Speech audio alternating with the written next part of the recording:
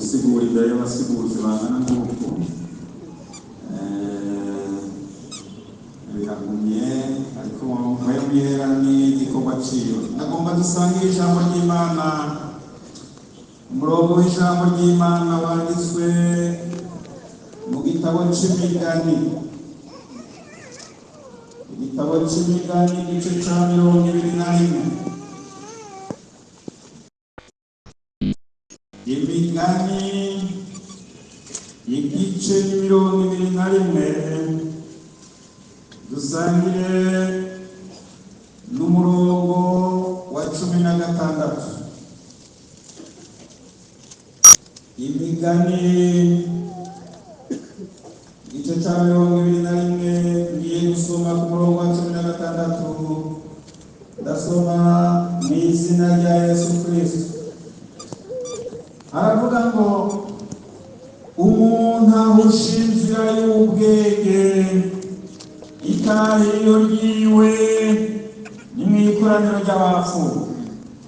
Ndasubiramo, umuntu ahusha inzira y'ubwenge, itahiro ryiwe ni mw'ikoraniro ry'abapfuye. Yesu adufashe. Mwami Yesu, none kumushimira uruntu udasanzwe utubwiriye ngo duhagarare imbere y'umugeni wawe wundi azoja mw'ijuru kugira ngo tumushikirize ijambo ry'Imana. Naba ari twebwe, ariko izina ryawe nirihabwe icubahiro. Mana, isaha y'uko umugoroba nusu tugendere Mwami, n'isaha wakunze kugendera abantu bawe no kuri kano kagoroba hano dukoraniye muri iyi ngoro yawe. Ngwino tugendere, ngwino ubuntu bwawe bwumvikane. Nanje Mwami umushumba ataco mase ngiri ubuntu guhagarara imbere y'abakozi b'Imana bakomeye nk'uko ndakwegeze nk'abari jewe, ariko izina ryawe rihabwe icubahiro. Urakoze Mana, turagushimiye kudukorera ibirengeje tuguze mu izina ryawe rya Yesu. Umwanditsi Salomo umwana w'umwami Dawidi yahawe ubuntu kwandika ibitabo, hanyuma mu migani myinshi yaciye no mu ndirimbo aravuga ngo umuntu ahusha inzira y'ubwenge arafise itahiro. Nagomba tuvugane kw'iri jambo rivuga ngo ntubahushe inzira y'ubwenge. Muri ino minsi hariho uguhusha. Iyo umuntu ahushije ntibimera neza. Umuntu arashobora guhusha yikanguye kumbure no mu gisagara amatara agasanga yacitse, yaragiye gusohoka agahusha agasanga akubise ubuhanga ku gihome akamererwa nabi. Yaragiye kwicara ku ntebe agahusha naho nyene akamererwa nabi. Iri jambo rero niryo ngomba tuvugane kuri uyu mugoroba. Turi abantu bagiye barahusha inzira n'abandi batoye inzira. Hajya yavuze ngo umuntu ahusha inzira y'ubwenge. Inzira n'ubwenge bifise insiguro imwe, kuko Yesu yavuze hariya muri Yohana 14:6 ngo ni jewe nzira n'ukuri n'ubugingo. Kandi muri iki gitabo c'imigani mu gice c'8 aravuga ngo ni jewe bwenge. Iyo umuntu ahushije inzira y'ubwenge agahushinga agahusha ubwenge abahushije Kristo. Kandi umuntu ahushije Kristo, umuntu ahushije Yesu agira itahiriro riri. Hariya Bibiliya yacu ivuga ngo itahiriro. Atubitano twese turafise amatahiriro. Umuntu afise azotahirira. Tukiri mw'isi umuntu atembera akagira itahiriro. Waje mu gikorane tuzotaha, umuntu wese arafise ahataha. Ariko mu buryo bw'inkweto naho abantu b'Imana, abantu batahushije inzira barafise itahiriro. Tahiriro ryabo ni mw'ijuru, ariko bahushije inzira hano bivuze ngo itahiriro ryabo ni mw'ikoraniro ry'abapfuye. Yesu adufashe rero, ntihagire tugende dusome muri ino minsi hari uguhusha. Jewe aho mbaye hariho umusozi muniniya muremure witwa Kibimbi. Uwo musozi urimo inzira nyinshi, harimo inzira z'imfyisi, harimo inzira z'inkwavu, harimo inzira z'intama, harimo inzira z'inka, harimo inzira z'abantu. Abantu rero muri uwo musozi barazimira cyane, bagahusha inzira kuko batamenya inzira bacana. Muri iki gihe tugezemo abantu barahusha inzira, n'abakomeye bagahusha inzira, n'abahambaye bagahusha inzira, n'abanye mu byizerwa kera bagahusha inzira. Ariko biri ngomba kuvuga hano hakoranye abakozi b'Imana mu buryo bumwe, n'abakozi b'Imana mu buryo bwo kuririmba. Umuntu ahushije inzira azoba ameze ingoro imbere y'Imana. Dusome hariya dusange abantu bahushije inzira n'abantu wundi yatoye inzira. Dusome mu gitabo cyo guharura, ngomba dusome mu gitabo cyo guharura, igitabo cyo guharura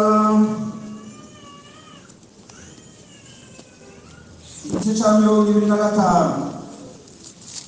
Guharura navuze ko turaza turaba batoye inzira n'abahushije inzira, ko bibiri bigenda kubitwereka. Guharura 25, dusome mu izina rya Yesu. Mbere ku murongo wa mbere haravuga ngo Abisirayeli bifatanya n'abayahudi i Peyori. Abisirayeli bateye i Shitimu, abantu batangura gusambana n'abanyamowabukazi kuko babatumira ngo baze gusangira n'abimaze iby'ibigirwamana byabo. Nuko mu bantu bakibiryako bakabiryako bakunamira ibyo bigirwamana byabo. Abisirayeli bifatanya n'abayahudi i Peyori, urategura uraziriringa. Urabarira Mose ati jana n'abakuru bose umanike, ujana n'abakuru bose baganza abantu, umanika abakoze ibyo imbere yanje, ubandikire ku zuba kugira ngo uburake bwanje bw'inkazi buve ku Bisirayeli. Nuko Mose abarira abacamanza b'Abisirayeli ati umuntu wese muri mwebwe niyice mu batwara abifatanije n'abayahudi i Peyori. Bagize batya, umwe mu Bisirayeli azana umumidiyani amushikana mu biwabo, amwatatana imbere ya Mose n'imbere y'ishengero ryose ry'Abisirayeli, aho bariko bararirira ku muryango w'ihema ry'ibonaniro. Maze Finehasi mwene Eleyazari wa Aroni umuherezi abibonye, ava hasi hagati mw'ishengero, ahitana icumu, akurikira wa mugabo w'Umwisirayeli haruguru mw'ihema ryiwe, abatobekeranisha icumi bombi, wa mugabo w'Umwisirayeli na wa mugore. Umugore nimutobekeranya mu nda. Uko niko ikiza cabogojwe mu nzu, cabogojwe mu Bisirayeli. Abishwe n'ico kiza bari 24,000. Orabarira Mose ati Finehasi mwene Eleyazari wa Aroni umuherezi abamise uburake bwanje, atumye buva ku Bisirayeli, kuko yarwaniye ifuhe ryanje muri bo, bigatuma ntabandura Abisirayeli kubw'iryo fuhe ryanje. Nico gituma ukwiye kuvuga yuko muhaye isezerano ryanje ry'amahoro, rizobe isezerano ry'ubuherezi bw'intava ngo mu ruvyaro rwiwe, kuko yafite ifuhe ku bwanje, jewe Imana yiwe, agatangira Abisirayeli impongano. Wa mugabo w'Umwisirayeli yica mwana wa Midiyanikazi yitwa Zimuri, yari mwene Saru, yari umukuru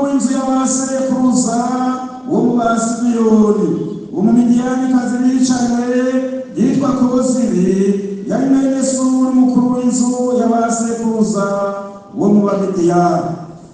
Dusomye nk'uko musanzwe mubizi, n'umuntu yabaye umuvugishwa atanga impanuro mbi, n'umuntu yakoreye Imana ahanura nabi.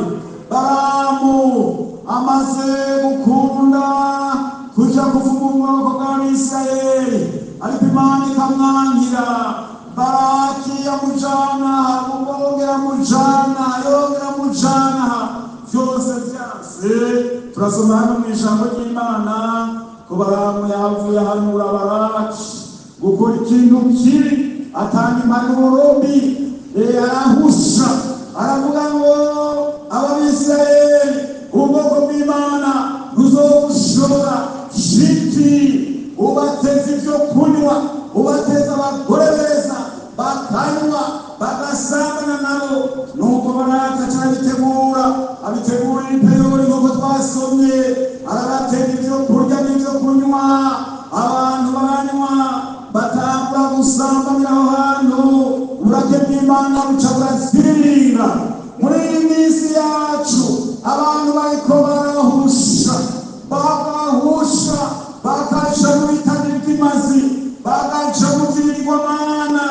Hano barabakozi b'Imana byanga barahusha nk'uko twabivuze hano. Hanyuma rero uburake bw'Imana burazirira. Bene data abakozi b'Imana, uburake bw'Imana buzozirira igihe abakozi b'Imana bahushije. Igihe cyose abakozi b'Imana bahushije, uburake bw'Imana buzozirira. Yesu adufashe. Igihe cyose abakozi b'Imana bahushije, igihe cyose bagiye mu bitagira ikimazi, uburake bw'Imana burazirira.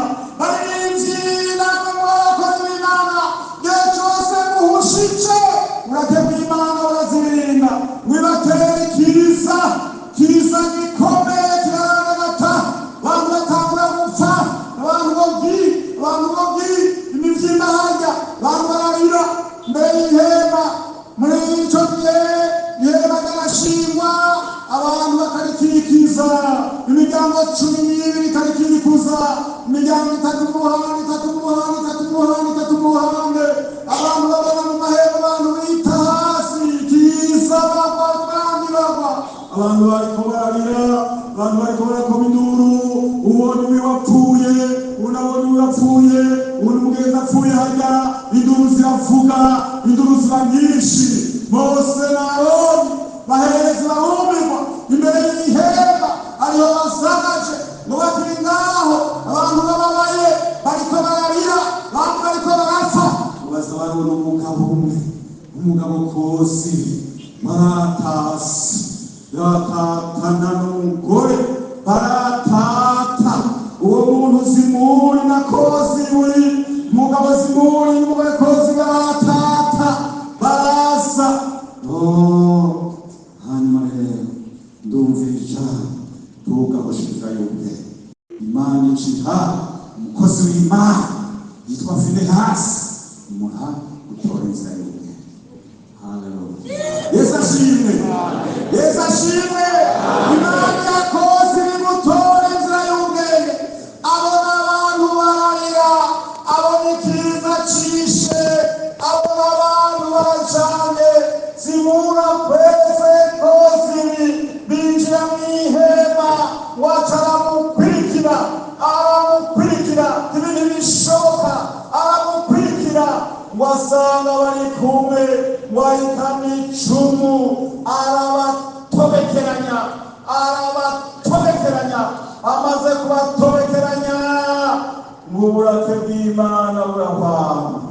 Ntizira ijambo Mana yampaye ngo tuvugane namwe mwese. Harakenewe Finehasi, uburake bw'Imana bwabaye bwinshi, uburake bw'Imana bukavuga kurumana. Harakenewe Finehasi wo guhabwa uburake bw'Imana. Yesu adufashe muri iyi minsi, muri ibi bihe byacu. Hakenewe Finehasi. Imana isavuga.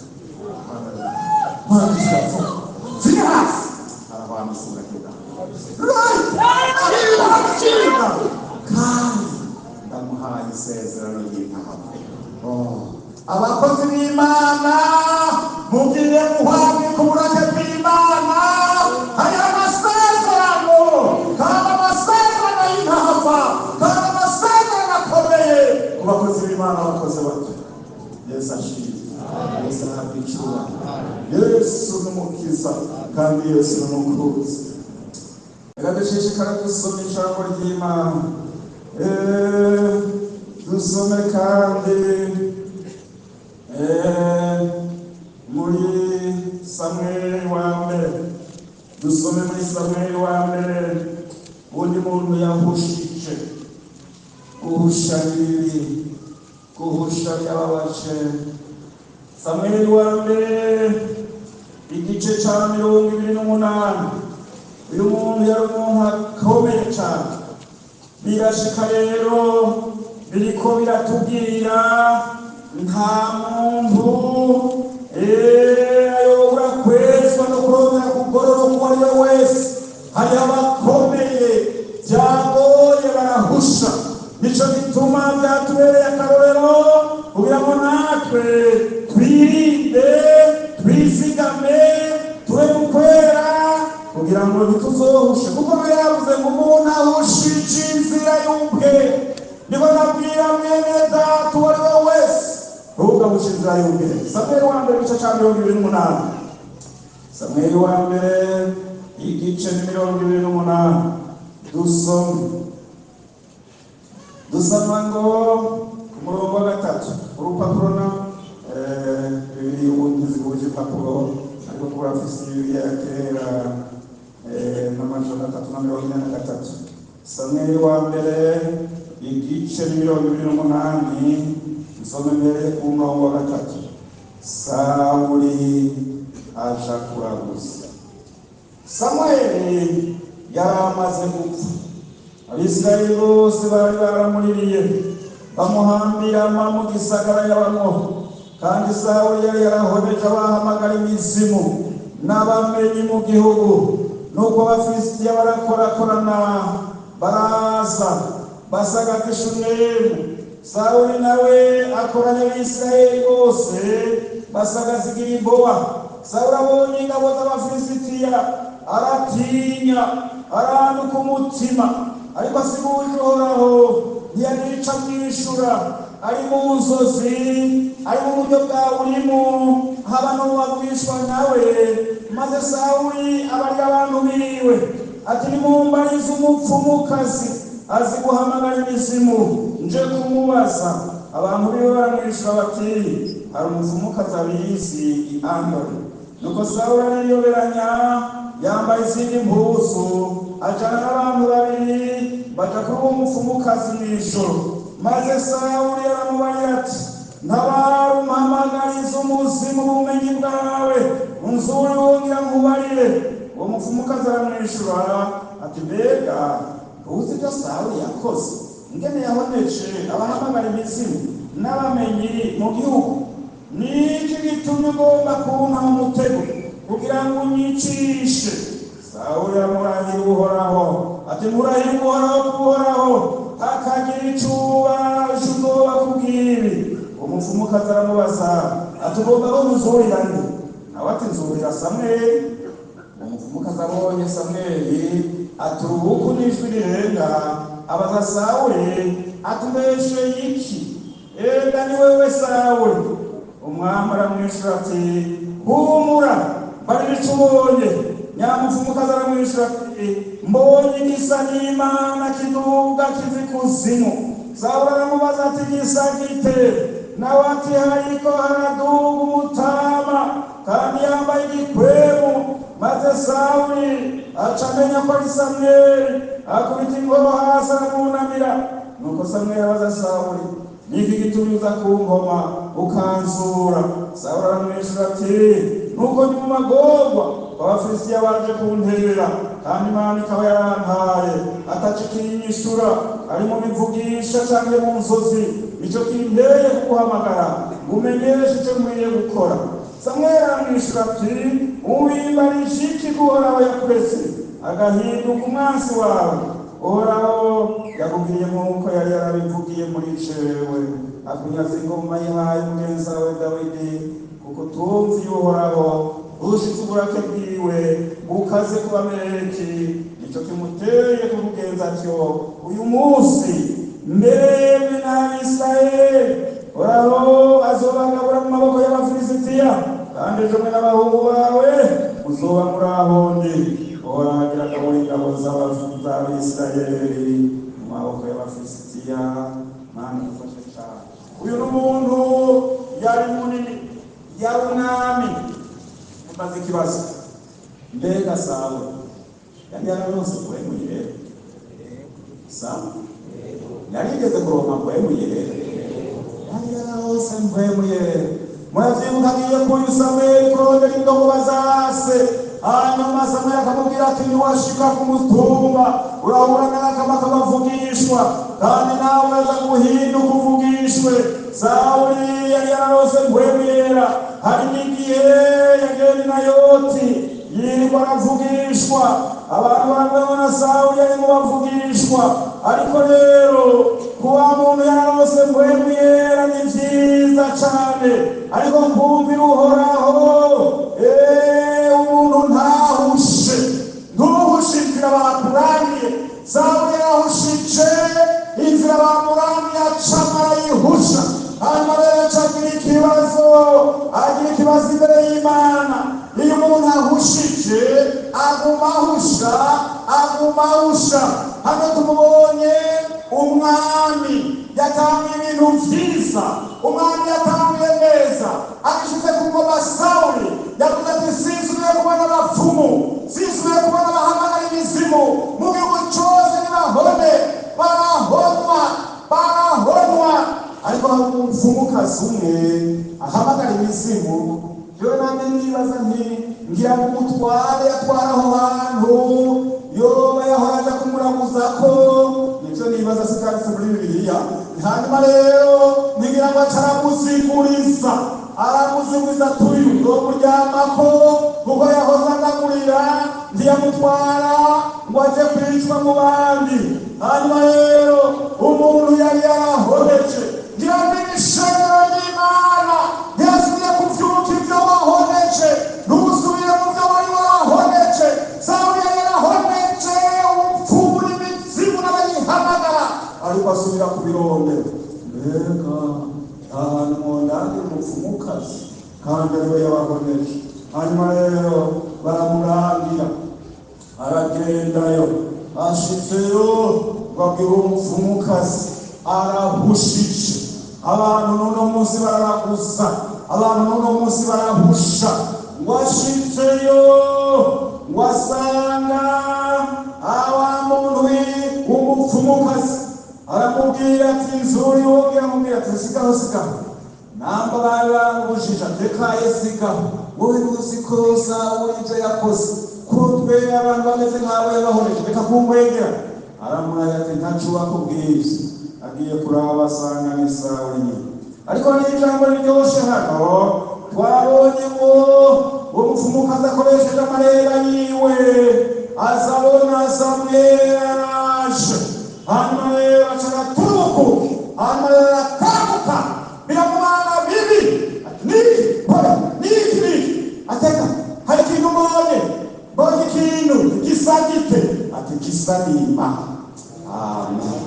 Abizeye batahushije basanima, n'urupfu basanima, n'ikuzimu basanima.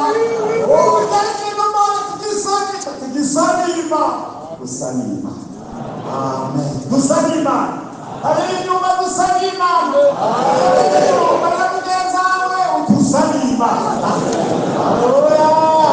Usanima ni mutahushije. Hanyuma rero aramubwira ati none Samweli ugomeye iki? Unzuriye iki? Ico gihe paradiso Yesu yari maze kuvimugwa yimure, abantu bapfuye bacaranwa muri paradiso, abantu bose bagacuganiye hamwe, hari ikuzimu bituma abapfumu babikora bigakunda, ariko uyu munsi kubakijijwe, kubatahushije n'abapfumu barashinga intahe, barabaza kurondera bakabura, barabakoresha imizi yabo bakabura, abo n'abatahushije. Yesu ashimwe, amena, Yesu ashimwe. Hanyuma rero Samweli ashishikara kumubaza ati nibiki? Uhoraho yarantaye, Uhoraho yarantaye, nakoresheje ubuhimbu wapi, nakoresheje tumimu wapi, n'abavugishwa n'Imana ntibakimbare, Uhoraho yarantaye. Mbega abakozi b'Imana shenge mukoraniye hano, umuntu uhoraho ataye uwo mutoraniye, ubutawe n'Uhoraho, hari undi wo mutora, hari undi wo gufasha. Nico gituma bigoye bigumye canke vyoroshe umuntu yoguma kuhoraho akamwumirako. Umunsi Uhoraho yatumye ku wundi mwami yitwa Ahabu ati ko wishe nawe wapfuye n'indugikize. Ahabu ati ko warantaye nta bundi buhungiro, kugira ngo ukire waramutaye no guca umwompako. Kuba warantaye nta bundi buhungiro, wayigana umuntu undi warazambura yiteka agasa mu munyota mu magunira ati nta handi nja, naho ntaye Uhoraho nta handi nja. Uhoraho gashatuma wavugishwa n'Imana zisubirayo. Wabonye ingene yagize iringabuye, ndabihevye ntibikibaye ubugeni. Ubwo Uhoraho agutaye ubuhungiro no kumwumira kuri uwo nyene yamutaye, nta handi, nta wundi wo kumukiza. Abantu rero barahusha, Sawuli acarahusha bikomeye, itahiro ryiwe ricaja mw'ikoraniro ry'abapfuye. Nk'uko twumvise ngo umuntu ahushije inzira y'ubwenge, yarahushije inzira y'ubwenge kandi acagira itahiro ribi, agira amatahiro mabi cane. Yesu adufashe, mwene data, Yesu agufashe. Abantu bari mu bupfumu, bari mu kuraguza, hariho n'ubupfumu bw'ikizungu mu gisagara, ugasanga abantu ntibabitoye, umuntu atapfukama ngo ayange n'Imana, abantu bakazimira. Sawuli rero itahiro ryiwe Samweli aramubwira ati ejo uzobara urahondi mwe n'abana. Dusome kandi twigire imbere Samweli wa kabiri, Samweli wa kabiri igice ca 20. Hajya turahasanga umuntu yahushije, turahasanga n'ubundi yatoye inzira y'ubwenge. Samweli wa kabiri igice ca 20, dusome nihagimbere gatoye aroroshe kubona. Samweli wa kabiri igice ca 20, nsome mbereye ku murongo wa mbere. Avuga ngo ubugararici bwashe, hari umuntu w'umugesera yitwa Sheba mwene Bikuri umubenyamini, acavuza inzamba aravuga ati Dawidi ntaco tumwegako, nta mugabane dufise kuri mwene Isayi. Yemwe Bisirayeli ubitwitahire, umuntu wese aje muhira. Nuko Abisirayeli bose bata Dawidi bakondorera inyuma ya Sheba mwene Bikuri, ariko Abayuda bo bigumira ku mwami wabo, baramuherekeza kuva kuri Yorodani gushitsa i Yerusalemu. Nsimbe ku murongo wa 16 bari hafi, umurongo wa 16. Urupfu rwa Sheba wabo yagarabishe, biratubwiye ngo umuntu agushije inzira y'ubwenge, tahiro ryiwe n'ikoraniro ry'abapfuye. 16. Maze umugore w'umunyabwenge wo muri ico gisagara ashirijwe hejuru aravuga ati nimwumvirize, yewe nimwumvirize, ndabinginze mwumbarire Yowabu mutigira hino ica kubarira. Nuko yigira hafi y'ahari, nyamugore aramubaza ati ni wowe Yowabu? Nawe ategome n'icewe. Aramubaza ati niwumva amajambo yanje jewe n'integeko yawe? Nawe ategome ndumva. Aravuga ati kera bakunda kuvuga bati nibagisha inama i Abeli, kandi rero vyaca bihe. jewe ndi umwe mu bakunda iby'amahoro kandi babizigirwa mu Bisirayeli, ariko wewe urondera kugezeza igisagara aricyo muvyeyi mu Bisirayeli. Ni iki gituma ugomba kuyobora ijambo y'Uhoraho? Yowabu aramwishyura ati biragahera ko mwico noyobora canke nogezeza siko biri. Ariko hari umuntu wo mu mugamba wa Efurayimu yitwa Sheba mwene Bikuri yagararije umwami Dawidi, mubari we mutanga wenyene mbone kubavira ku gisagara. Nyamugore yishura Yowabu ati nuko rero umutwe wiwe turawurenza uruzitiro tuwugushibuye.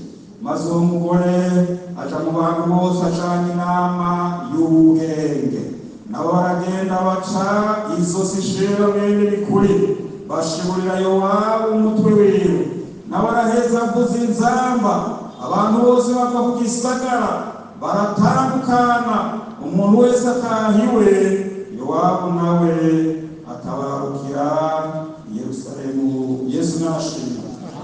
N'uyu wundi muntu rero cyangwa abandi bantu, umwe yarahushije, Sheba mwene Bikuri yarahushije, haba n'umugore w'ubwenge aratora inzira arayitora ntiyahusha. Rero uyu Sheba ni mu gihe cya Abusalomu umuhungu wa Dawidi yari yagararije se. N'uno munsi muri iyo minsi y'iherezo ubugararizi burahari, abantu baragarariza abavyeyi, abagabo baragarariza abagore, abagore baragarariza abagabo, abakozi baragarariza abasubiye kuja ku kazi, abantu bakoreshwa bakagarariza. Nuko uyu nawe Sheba mwene Bikuri Dawidi yari yatanguye kugaragarizwa n'umwana wiwe, agomba kwiyimika. Hanyuma rero arahunga aja kure. Hanyuma rero twavuze ngo umuntu wese ahushishe itahiro ryiwe ni mw'ikoraniro ry'abapfuye. Uwo muhungu we yarahushije Abusalomu nawe atahirira mu rupfu. Hanyuma rero harageze igihe bagomba kumugarukana Dawidi ngo aje Yerusalemu. Bageze kuri Yorodani abantu bakorakoranye. Dawidi rero haca haduka Sheba aravuga ati Dawidi niki ntacyo tumwena ko nta mugabane. Waca avuza inzamba, aravuza inzamba Sheba, Abayisirayeli bose bakondorera inyuma yiwe baca bamuca inyuma. Dawidi asigarana n'abantu bakeyi, asigarana n'Abayuda n'Ababenyamini, hanyuma abandi bose barigira, imiryango 10 yose irigira. Dawidi asigarana n'uturyango 2 gusa, kuko abandi bakurikiye umugararije Sheba, bakurikiye Sheba yagararije baramwoma inyuma, ariko Dawidi asigarana n'utuntu dukeya. Hanyuma rero harageze igihe ngo agenda mu gisagara cyitwa Abeli. Iki gisagara iyo mvuze iri zina hari ibintu nca nibuka umukozi w'Imana twabanye i Nairobi yava muri Sudani y'Epfo, yahora yatubwira ibintu byinshi n'uturere twinshi. Ati wacu hari umucamanza yitwa Abeli, yari umunyabwenge akomeye cyane. Muri Amerika baramutumako, Burayi baramutumako, muri Aziya baramutumako, imanza zananiranye. Yari umushingwamanza w'umwavoka yarahambaye. Hanyuma rero uwo Abeli agaca imanza z'ubwenge. Umunsi umwe rero habaye umunsi umwe ngo umwarabu ngo yariko arubakisha inzu yiwe ya etaje. Hanyuma yariko arubakisha inzu yiwe ya etaje, yari ahagaze hasi nyamwarabu. Umukozi mu bariko barubaka hariya hejuru ngo yinanuye agiye gutera umusumari, aca agenda uko nyene yari yinanuye. Igitangaza cabaye hapfa nyamwarabu akorokeyeko, uvuye hejuru arakira. Hanyuma rero bene nyina babiri b'umwarabu baravuga bati nta kabuza nawe urapfa. bamuragushengeza muri sentare ya mbere baramutsinda uko amategeko yabo avuga ngo ni nk'amwe mu byagezo bya Mose uko umuntu agize aba ariko agirirwa uko umenya ijisho kumenya ugutwi kubita ugutwi uguciye ugutwi. Hanyuma rero uwo muhungu araburanywa muri sentare ya mbere aratsindwa no muyikurikira aratsindwa no muyikurikira aratsindwa. Muri sentare ya nyuma baca baramubwira inama bati hamagaza Abeli wo muri South Sudan. Aramuhamagaza baramugera ashitse arigubaza arabibwiga abona n'amategeko yabo. Hanyuma rero arahabwa ubwenge aca aravuga imbere ya sentare, nyakubahwa sentare, ndemeye ko umukiriya wanje atsindwa kandi ndemeye ko umukiriya wanje apfa. Mugabo rero muko arapfa mugurikiza amategeko yanditse, umukiriya wanje nagende ahagarare aho wapfuye yarahagaze, uwundi nyambari muri abo bamuburanya bene nyina aduge hariya amukorokere kwa kumwica apfe kuko nawe yishwe kuko yishwe ko amategeko yakaze. Reba shina mwumva hari uwuzinze nawe y'urubanza mwahereye aho waciye wafunare byaciye bigarukiraho ahabwa ubwenge.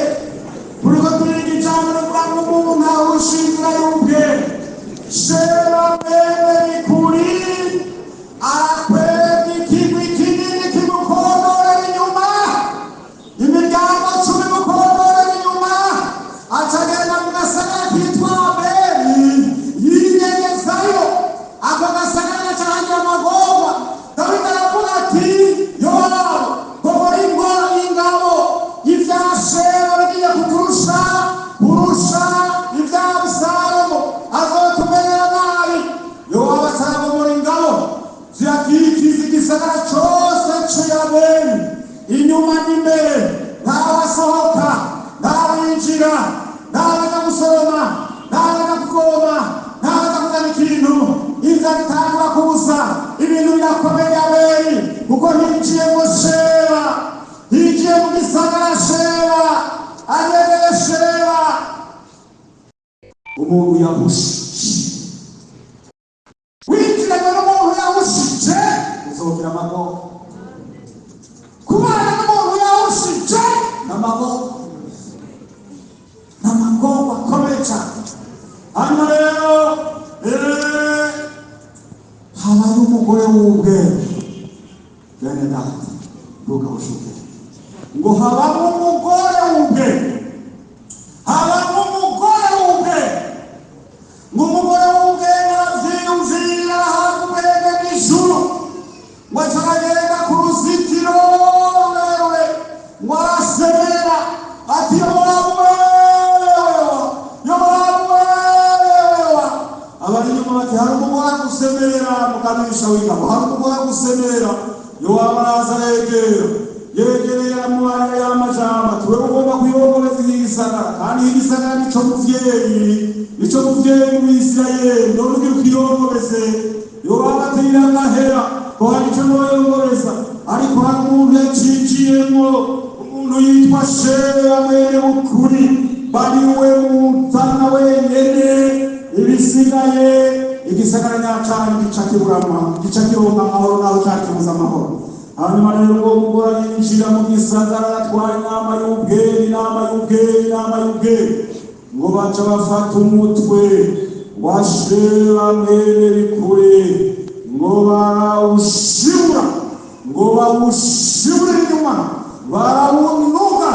bawunugira inyuma. Bamaze kuwunuga inyuma ngo Yowabu acavuza izamba ngo ingabo zose zica ziva ku gisagara, igisagara kiraronka amahoro kuko Sheba kivuyemo.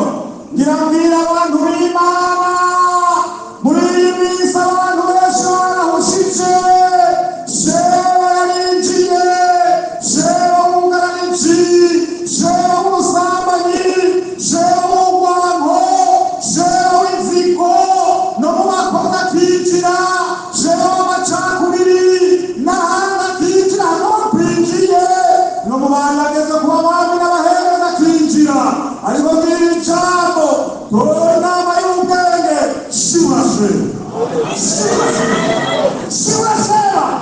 Shibashwe mukura mu gisagara cawe Imana yiteguye gutanga. Shibashwe ava mu gisagara cawe Imana iguha umugisha.